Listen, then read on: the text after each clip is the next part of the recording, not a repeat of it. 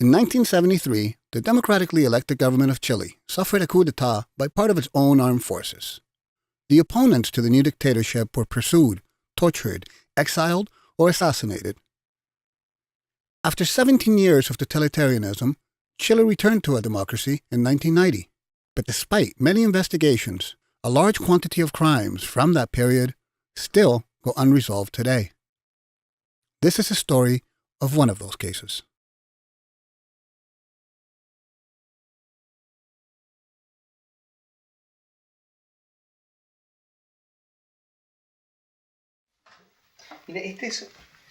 Look, this is him.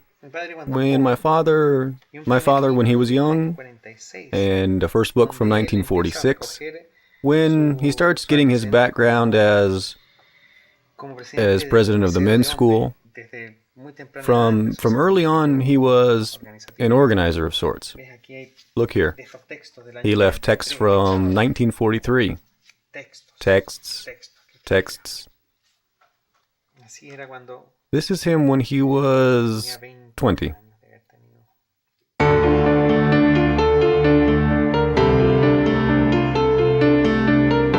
The Diary of Carlos Salazar. Testimonies.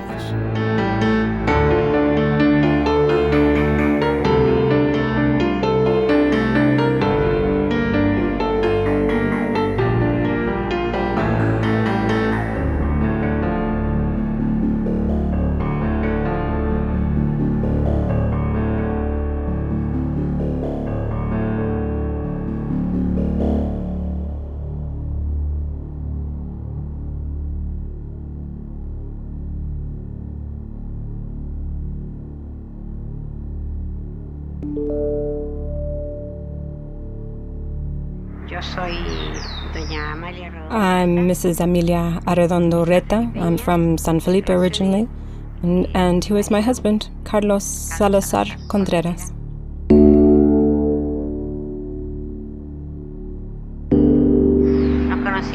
We met as little children. He was about 8 years of age, and so was I. He was a neighbor of ours from the neighborhood, let's say. And he'd pick up a cousin of mine, a first cousin, to play. And we would all play together. That's the story.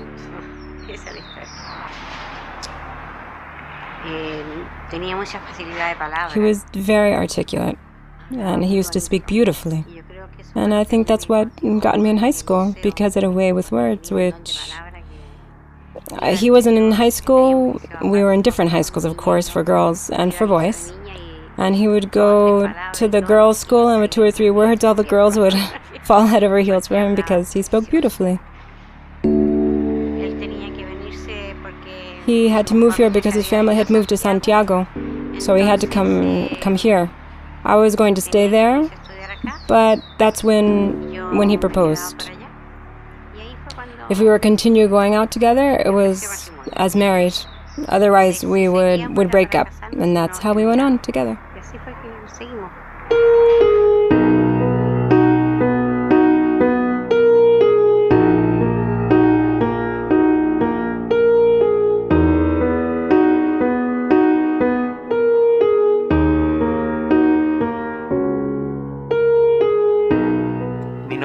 My name is Carlos Salazar. I'm Carlos Salazar Contreras' son.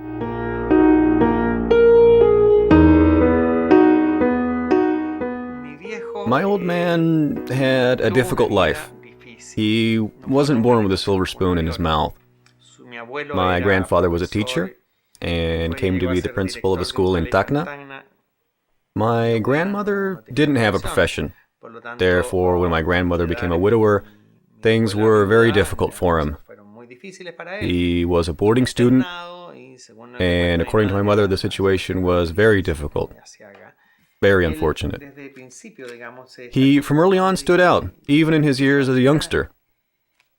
In his years as a student, became student president in Aconcagua, president of the Boys' High School in Aconcagua, and later on, president of the Literature Academy in 1946. From his early years, he started being a very active organizer. This must have been the year 1946. president of the student body, and member of the secondary student council. The guy loved to play. A chess player. He liked playing chess a lot. This is it. Work that he did. He was a history buff. Avec les compliments du ministre de France. French Embassy Award. Obtained the year 1945 for this research with his work about the importance of the French language. The truth is that it's he who had his eye on me, because I used to have a lot of dates. But the truth is that it was quite a long, nice relationship. And we got married at the age of 24. He was studying, but he worked, and he was working at one of Santiago's appeal courts. And he started working as, with the rank, let's say, someone who was just finished only high school, to court, and from then he began studying law at the University of Chile, and take open exams. He wrote several biographical stories from that time, the time in which he was, when he was a member of the judicial system.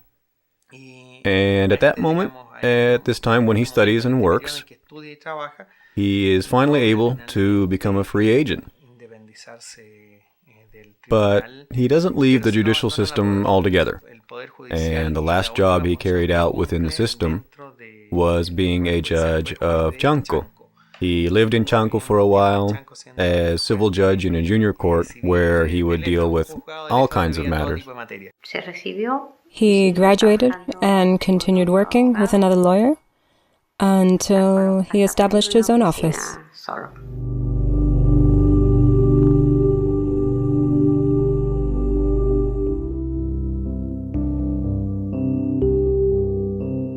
Daughter of mine.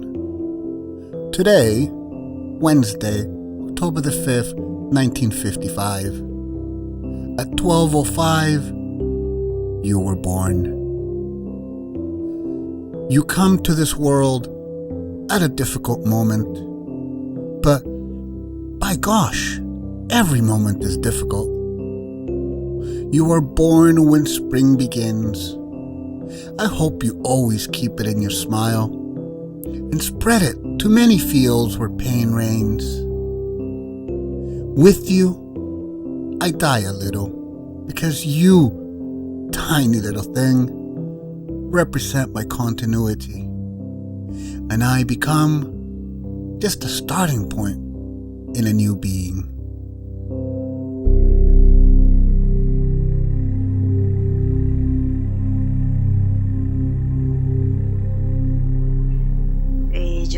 I'm Liliana Salazar Arredondo, daughter of Carlos Salazar Contreras. Even though nobody's born knowing how to be a father, with me, he became a father, let's say. And I enjoyed my father until the age of 18.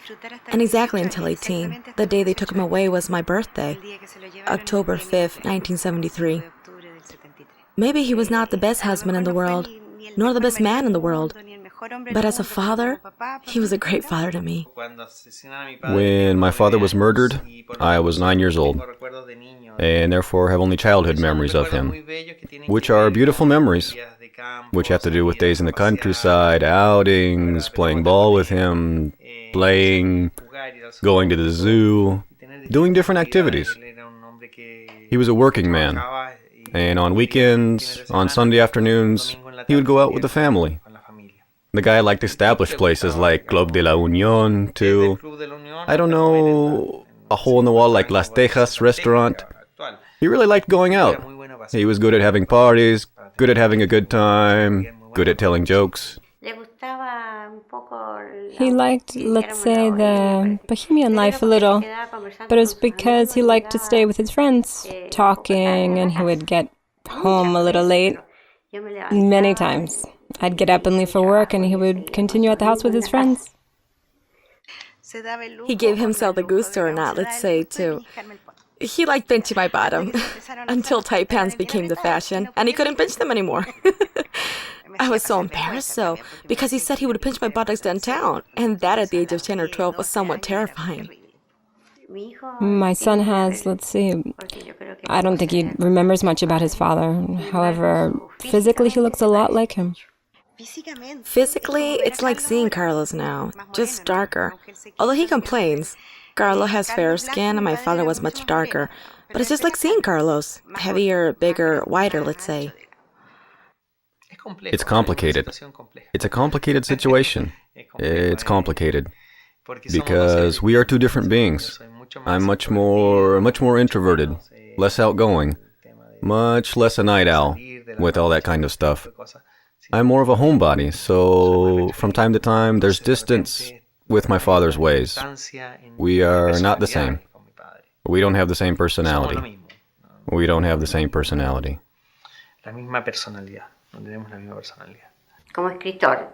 As a writer, he was also a bit of a poet. He had some nice verses. He had nice writings. Shoot, I think he was more of a poet and more of a writer than anything else. He left a diary that he left for my daughter, which we found at the office that he had downtown as a lawyer. And it's quite beautiful and very touching. It was pretty shocking to get that book because I got it just the day before we found out that he was dead, that he had been killed. And the amazing thing was that I read it that night. And that night, I saw reflected or summarized in all those pages what he had tried to impress upon me ever since I reasoned. March 7, 1960. For the first time, you have started going to school. Your first school was a public school. I think I owe you an explanation about this. It's not common for the daughter of a professional, and much less the only daughter, to attend a public school. Nevertheless, that's where I have sent you, as you could be like everyone else. No more, no less.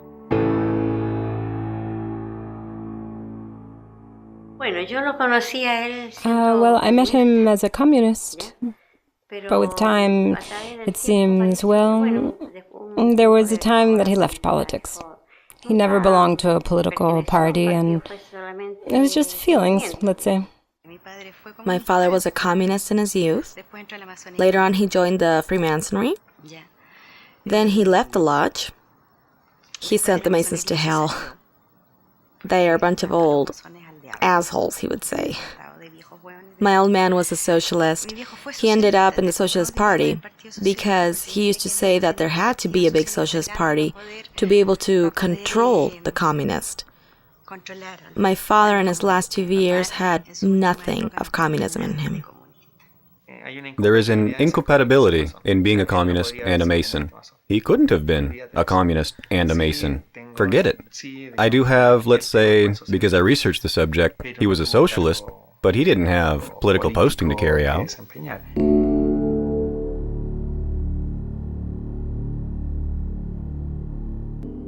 November 23rd, 1970. Lilo, it's been years since I have written you. If something happens to me, whatever that might be, I want you to know just one thing. I haven't done anything wrong. The profession forces one to be loyal. And I am a professional who does his duty. Don't let anything change your ideas about the revolution. I have instilled them in you since you were a little girl, and I hope you never stray from them. When your brother is older, I hope you teach him the same, if I can't do it myself. I adore you both.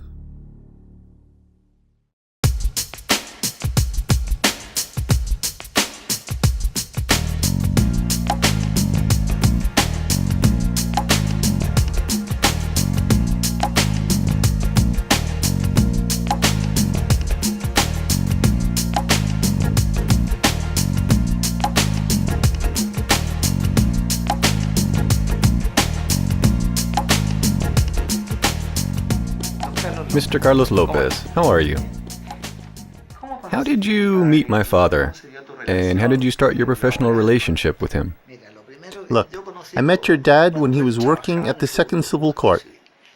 You tell me that he hadn't graduated from law school yet, but it was he who would solve almost everything.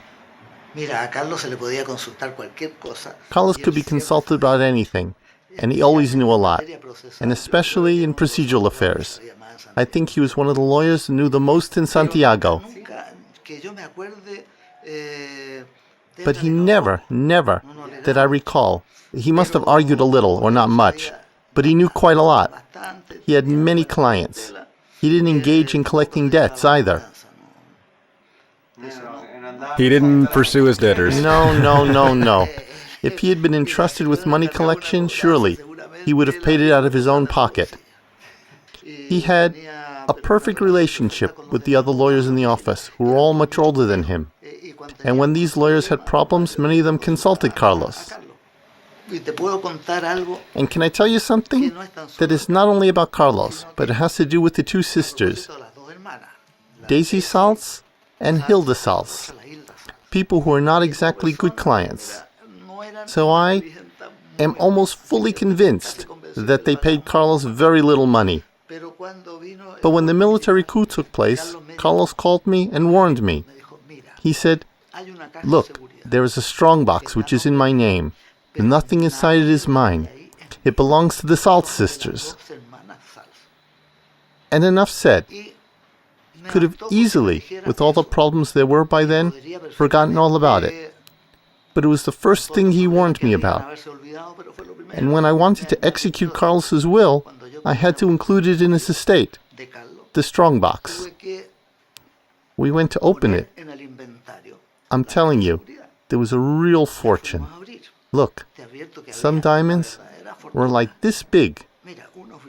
Tons of gold coins, dollars, cash, a big amount. I also asked your mom, and I told her, "Look, Amalia, Carlos told me that none of this was his." Your mom replied, "If Carlito said that, it is so."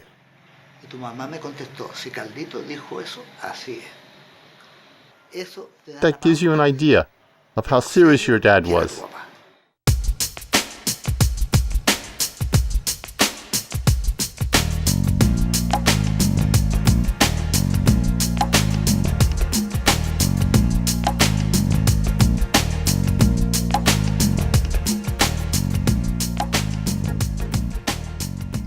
When did you meet him, Uncle? I met him in 1944, 45, around there. He was studying. He was in 5th grade, and I was in 4th grade, 6th, 5th, something like that. A studious man to boot. I was quite lazy, and he studied. You could tell that he studied. When you hear about my father, what is the first thing that comes to mind? An excellent man, an excellent man. No need to tell you how sorry we are. I never thought that something like that was going to happen, you know. He was a good politician. He never talked to us about politics, ever. One night we were at the restaurant de Pollo Dorado downtown, and he went on to recite a poem. No way. We were drunks as skunks.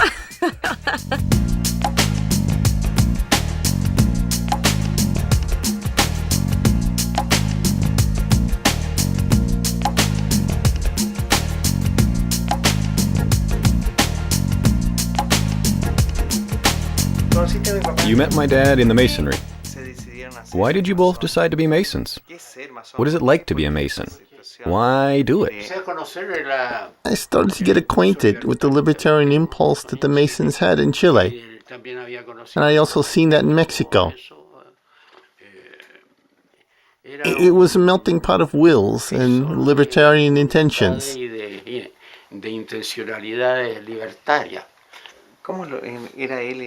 How was his behavior like? Very affable. That is why we connected in these kind of meetings. I used to spend the summer holidays with my family in Ventanas, Quintero. One day I bumped into Carlos there. And he told me he was there to help some fishermen with some with some problems they had concerning their cove and other people. And what I saw in Quintana was a very well-known and loved man. Since he was a lawyer, he was always giving legal assistance to the poor.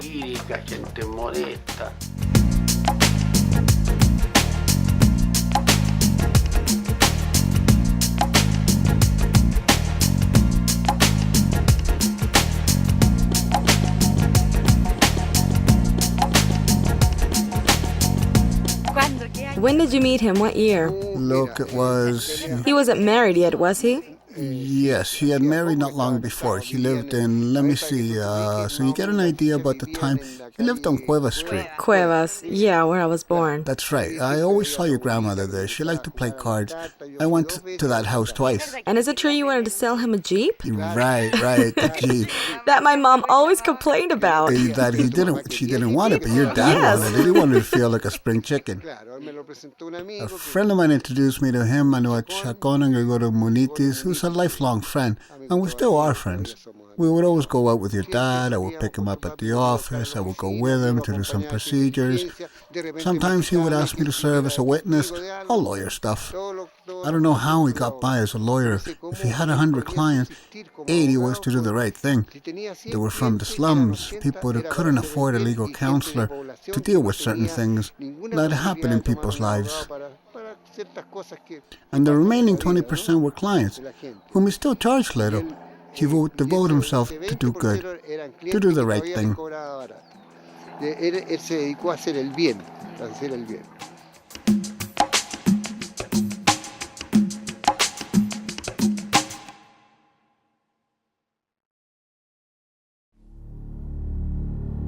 Santiago, October the 19th, 1972. Lilo, I think we're at a turning point. If anything happens, this may be the last thing I write. However, I see everything clearly, with caution, but without fear. If need be, we must give our lives to keep what's been conquered for the good of Chile and the have-nots. When the military coup broke, we got up very early. It was about 8 in the morning, and the first thing I do is tell my dad, "You have to drop me off at the teacher's college, because I have to go." So my dad got the car and drove me to college. At 9 in the morning, I was at the college. He came back home. We tried to go to the industrial belts. We tried to go where we at first were supposed to go, and we couldn't. Finally, at around 12 o'clock, we had to part to our homes. I came home at the time. I was going out with a guy whom I had seen for some time. He studied engineering. And I went into panic mode. But Dad, we have to go get him. We have to go get him. We have to get him. My daddy took the car and said, "Let's go get him." We took Jose Domingo Caña Street, and we went towards Avenue Mata, and everyone was coming back. And you saw how like in the demonstrations, everyone was on their way back, and we were going in the opposite direction by car. That was one of the best and biggest lessons of my life, because he said to me, "We're going to fetch Otto. Don't worry. But this morning I dropped you off at the college, and for me you're the most important thing that I have in life. And I left you. Because if you want to be a revolutionary, you're going to have to learn to give up the things you most care about." Nobody could size up the tragedy that came afterwards, not even oneself. No, if you asked me, I couldn't know what was to come. I saw my dad cry like never before. When it became known that Allende had been killed, when they laid siege to the palace, when all this, my dad said, "Well, we haven't killed anyone. We haven't tread on anyone." I don't remember, except when my grandmother died, when I was much younger. I don't remember ever having seen my dad so sad before.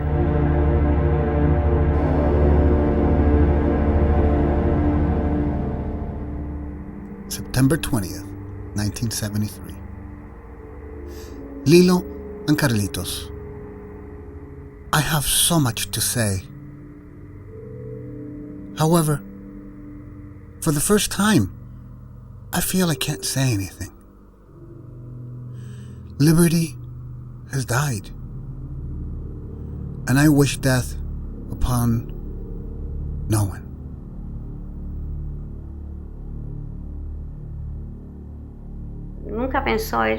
He never thought that he was going to be taken away from home, and neither did I.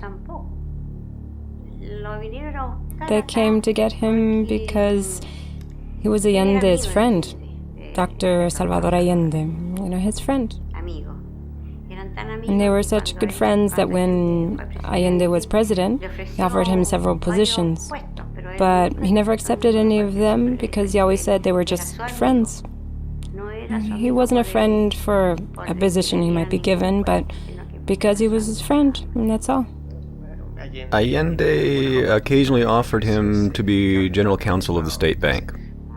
So, in more than a list of ministers, he must have appeared as trustworthy. Therefore, having these lists, the military began to decide, well, this guy, why not? My father was a man who, despite having many important clients, businessmen, what do I know, people from Club de la Unión, wealthy people, he had other activities. For example, he was a lawyer of an association of a group of land workers called Tranquil. They were groups, agrarian sectors that had taken over the land as sanctioned by the Agrarian Reform Act. So he defended these groups of peasants. It looks like because of what happened to me later, that it was a tip-off from the neighbors. He was arrested about 10 days after the military coup. In August, it had been my birthday, and I celebrated my birthday with my father. Cool. Everything was fine. The day before his detention, there were many tremors in Santiago, many times at night, and that leaves a mark on you, because I hugged my dad a lot that night. He was my security blanket. Big time. The evening of the 4th or 5th of October of 1973, there were about 3 tremors, all at the same time. It was an agitated night. At this house, there was always the stupid habit that my mother would go to sleep with my little brother. And that day, seeing that there were so many tremors, I went to sleep with my old man in their bed.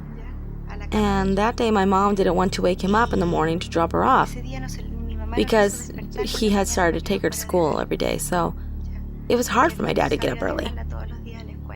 He said he had studied law because he would have never been able to be a milkman.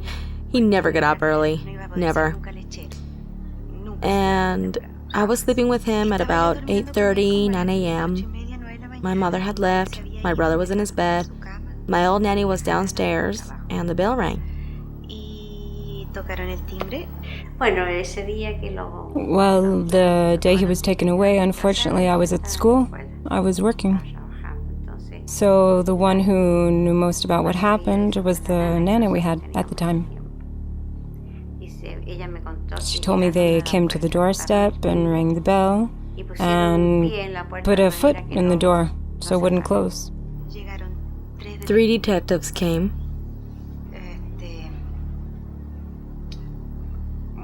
Very politely, they didn't do any harm. They were very polite. We got up, they came in, my dad dealt with them, and they tell him that they come for him for being Allende's personal friend and for being a contact, a link to those they were searching for. It was something that's been in my mind for many years. I didn't understand much, but I did understand that he was one of Allende's personal friends. They went upstairs, my dad got dressed. He was in the bathroom and he was getting dressed. Meanwhile, they rummaged his bedroom and mine. And they checked everything. They checked upstairs, the desk, and they found nothing. Apart from literature and books, there isn't... In their house, there isn't a single gun. There wasn't anything. My dad left. He left 2 signed checks. He said, "Honey, I'm leaving you 2 signed checks just in case for your mom. My brother hid in the bed. He covered himself under the sheets at the bottom of the bed. And the truth is that we forgot about him. No one remembered. Neither Maria nor I about Carlos, only later. I just have hazy feelings. I mean, I don't have a feeling that I could tell all the events. There's a kind of traumatic stage. He had given me for my 18th birthday a driving course. When we walked him out with Maria to the door, we hugged him. I hug him and I tell him, "Dad, should I keep going to driving lessons?" "Of course," he says. "You have to keep living your normal life because life goes on. Don't worry." And he told us not to worry because he'd be back in the evening. And he said goodbye to Maria and they took him away. It was the last time I saw him. I never saw him again.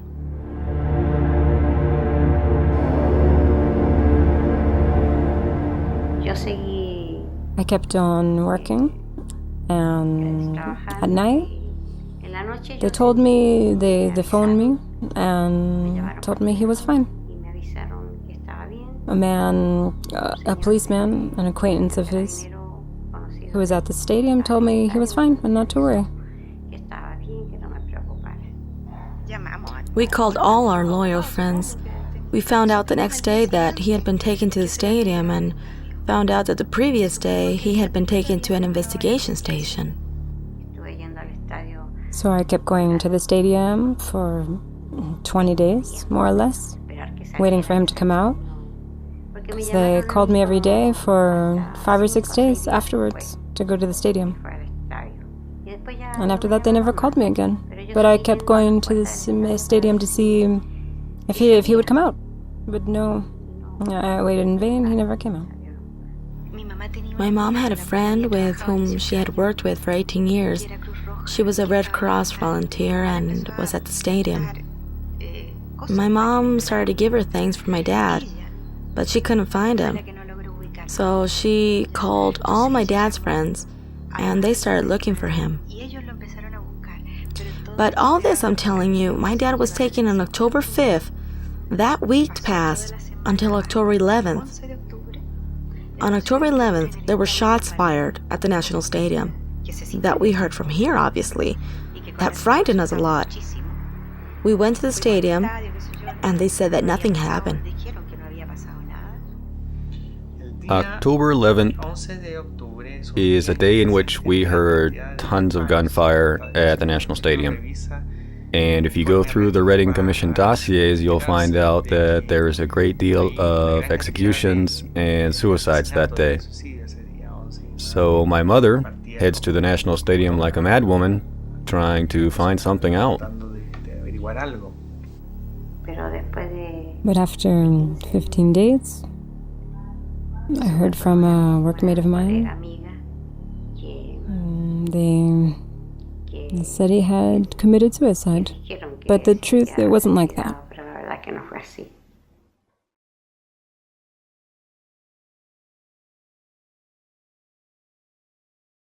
No, nobody told me that my husband had died.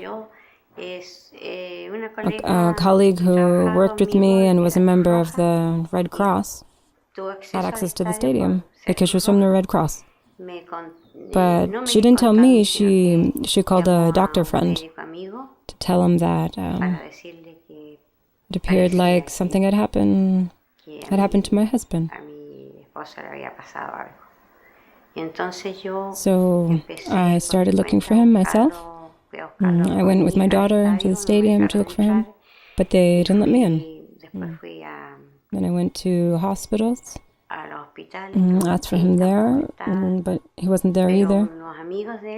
But some friends of his, a buddy of his, and others, they found him at the morgue. They say that they found him under a heap of bodies, and there he was.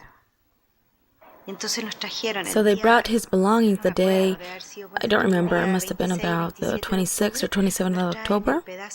They brought us a torn piece of his suit the one he was wearing the day he left, which I remember perfectly, and they had already recognized him by his fingerprints. And that day we found out my father was dead. No, I didn't go identify him. His friends and his buddy went to identify him. And then I went to see him at the grave. I didn't get to see him at the cemetery either. He had been dead for 20 days when they found him. So he wasn't in good condition too. He was swollen, he was decomposed. And my mom didn't see him, even though my mom fought to see him. But it was me who convinced her not to see him. And I didn't even have an inkling of intention to see him.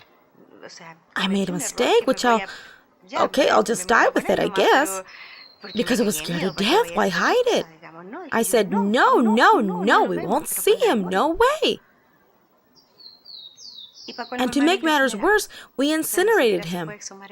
So the corpse cannot even be exhumed. But that's what he wanted. He never wanted to be ant food. I don't know if it was a mistake. I don't know whether a mistake or not. The fact of pursuing an inquiry or a post-mortem examination, I don't think it would have been of much use. There's other legal ways to prove means of death beyond having the body. It's proof, but it's not necessarily conclusive proof. My dad is stated in the Redding Commission's dossiers as a victim of human rights abuse, of course, but it appears as a suicide. I have made many attempts when I returned from exile to gather information. I bumped into a lawyer who has now unfortunately died, who was with him and confirmed that he had been tortured. On October 9 and 10th, he had been tortured, had been beaten to a pulp. And a person under these conditions can hardly hang himself in the shower. Besides, my dad was a big man. The shower would have collapsed. At first sight of any rational person, it was difficult that he had committed suicide. The holding cells were crowded. When was he alone? In the Redding report, my father appears, and the given versions say, Carlos Salazar, 46 years old, married, 2 children, lawyer, professor of law school at the University of Chile, Socialist Party member. He was a Mason and a personal friend of Allende. Arrested on the 5th of October in the year 1973 at his house by investigation detectives and taken to the National Stadium. He died on October 11th, 1973, cause of death being suffocation by hanging. Having found himself with his rights to freedom suppressed and the precarious conditions in which he was, we are convinced that he committed suicide because he could not stand what he was going through. Who says that? Who said that? There is no testimony of my father's death that is reliable. I even talked to people who were tortured during that time at the National Stadium. Also, none of them say that the conditions were so to commit suicide because they were constantly being watched. They didn't have any privacy.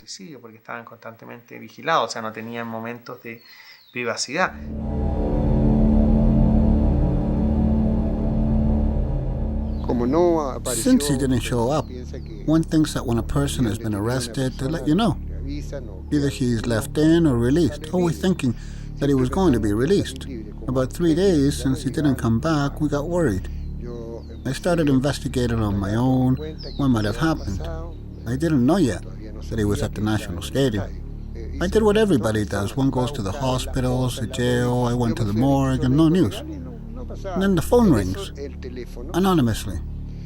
And they tell me that Carlos is in the National Stadium. That is the first time I get an anonymous call. I took some steps here and there with friends, finding out how to get there and know what happened. 2 or 3 days had passed. I don't remember quite well those passing days. I get another call from the same anonymous person and says, "Stop looking." And then he calls me by name, "Carlos, don't look any farther because he was killed at the stadium."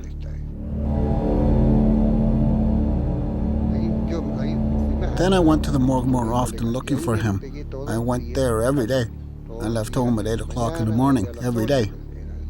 there were 50, 30 corpses that came in every day, and the next morning they weren't there anymore. They had been taken away. I get the impression that they are in the cemetery patio out front because they were taken and buried there. Your father was there all the time. The fact I couldn't find it out was something else, since every day I left in the afternoon and by morning they had already changed. But the bottom at the bottom remained at the bottom. I found him, his hand was visible, and I saw that his hairs were long, the hairs on his fingers. And that had always made an impression on me because he had a lot of hair there.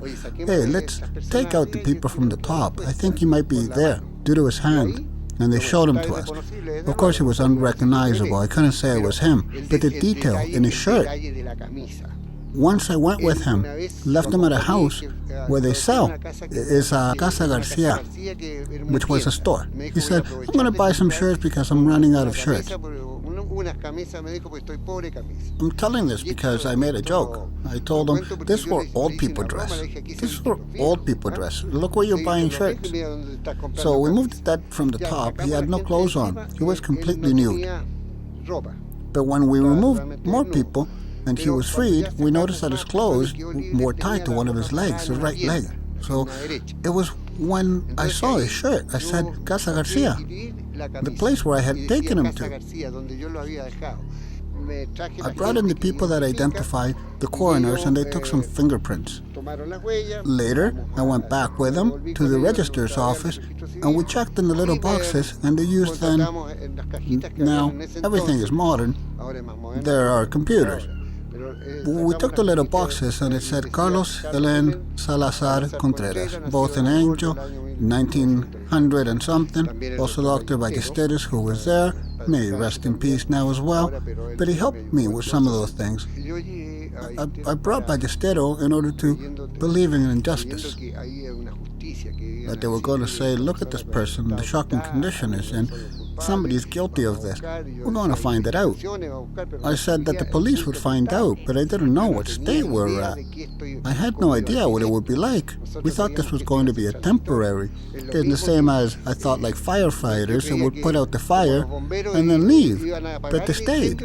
They stayed doing barbarities. First of all, a person who is horribly tortured because they did it. They beat him to a pulp. It's impossible that he could have grabbed a rope and hung himself because he was completely. They dragged him. Then he runs into a friend who was at the stadium and he saw he was being treated. Ramiro Zapata.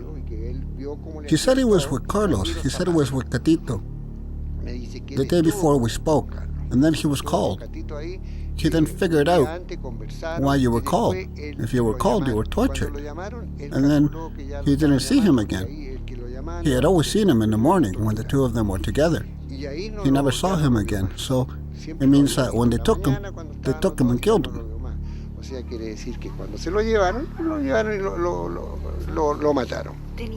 What did he have in his body? Oof, look, from his knees upwards, you get the picture.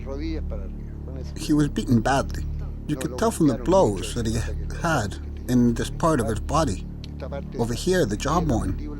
It's like he had given him a blow with the butt of a gun. Then he had... It's hard to say this. Forgive me. But you're asking me. No, don't worry. Go on. They hit him. I remember that one of his ears was completely destroyed, which confirms that he couldn't have hung himself. These parts of his body, the head, would join the shoulder. That says it all. Here, all this part was just it was flat. He was already in, I'm crudely telling you, in state of decay. So it was quite impossible to recognize him. Moreover, he was under corpses. And underneath, he was flat, completely flat. He was like that bench with no back. They said they had committed suicide with a belt. With a belt, it's impossible, even less. Sitting on the toilet. Right. No, it's impossible. He didn't commit suicide. He was hung by someone else. That is the truth. As I said, I kept these things to myself. I never wanted to tell them not to hurt your family. Now that you're ready, I dare say it.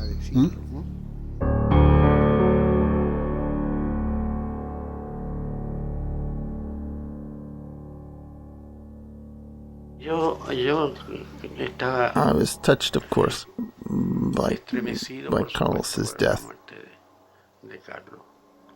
And I painted a still life.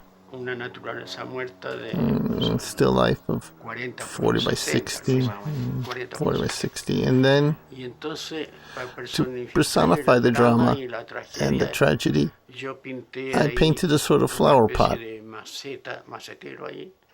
A flower pot with roots made of thorns. And next to these thorny roots, there's a skull. A skull fully skinned. The shoulder blade is a very dramatic black and yellow composition. The support that holds the base is not an ordinary one, but it's a support made from El Mercurio newspaper, the obituary from El Mercurio. Yes. In this way, I managed to protest and pay tribute to Carlos.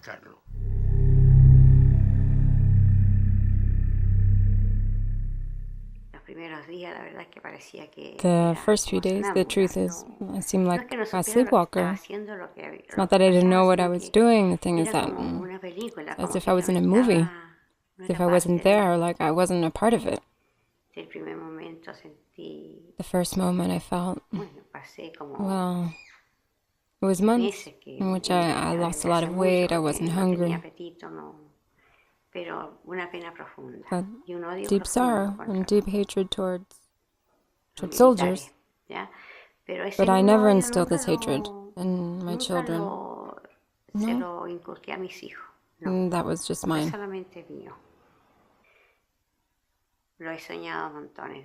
I've dreamed of it many times. Yeah. I mean, at the beginning, almost every night. I'd wake up crying every morning. I saw him here, sitting in the living room one day. I came in here. It may have been my imagination, but one time I came in here and I saw him sitting. I saw him again on the street, and some friends of his told me, my husband's clients, they had seen him up north with the same clothing I had seen him with here. Facing the culprits of this crime, you have a great need for justice. This country didn't do justice as it could have done. But in order to forgive, you need to know who you are forgiving. I don't think there was any type of compensation in a moral way that could be considered compensation. There was acknowledgement by the authorities, but not of who they murdered.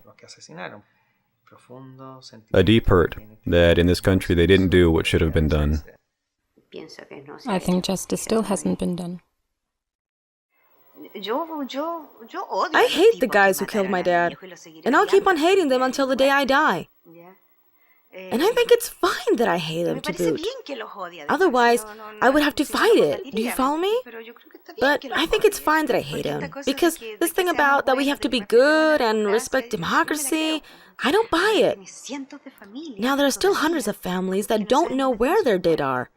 And they don't know, not because the Army, the Navy, the Air Force, or the cops, they don't know where they are. They do know. And they know what they did. But it continues to be the same state policy, and they continue missing.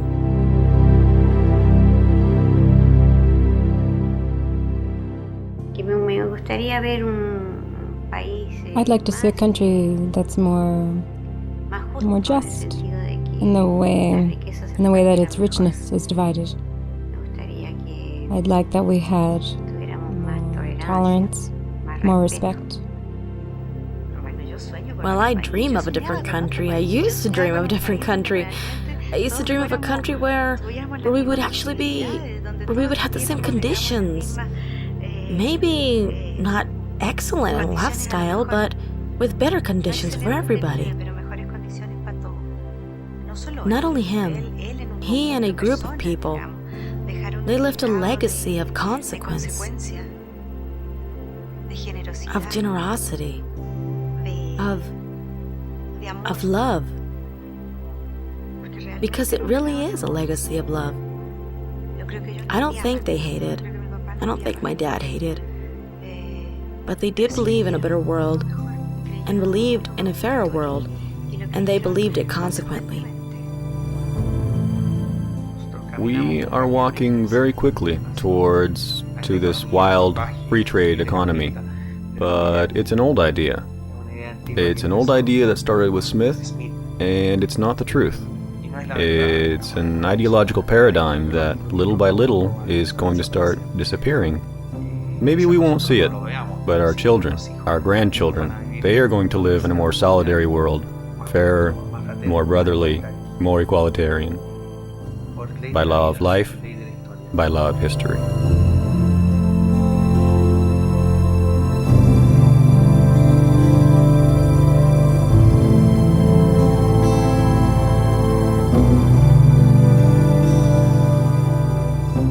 I want to die when spring blooms, so that my tired body, peach trees blossom with buds of illusion, and that way my beaten and faithless spirit will have a glimmer of hope in each heart that contemplates the bud and bloom, so that finally he doesn't fear the coming day, because I would only be the train of a thought that sinks itself in the immensity of nothingness.